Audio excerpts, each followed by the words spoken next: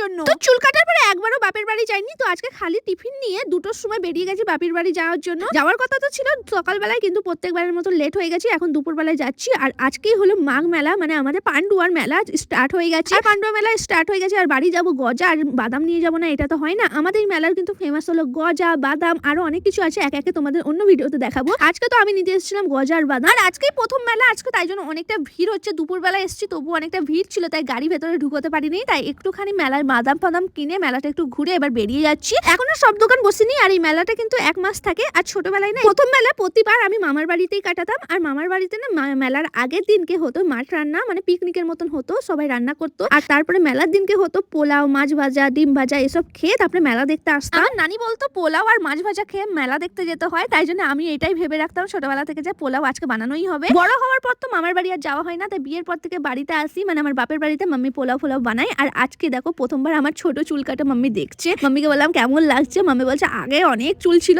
সব নষ্ট করে দিয়েছিস কেটে কেটে। আর না না না না, মাম্মি আমাকে মারিনি, আমি বললাম একটু মজা করো, আর মারার মতন করো, আমি ভিডিওতে বলবো তুমি মারছো, তাই মাম্মি একটু মজা করে এরকম করছিল। তো আমার চুলটা একদম ছোট হয়ে গেছে, তো তোমাদের কেমন লেগেছে কমেন্ট করে বলো। মাম্মি তো বলছে ভালো লাগেনি, আমার তো বেশ স্টাইলিশ লেগেছে, আর আমার বরেরও অনেক ভালো লেগেছে।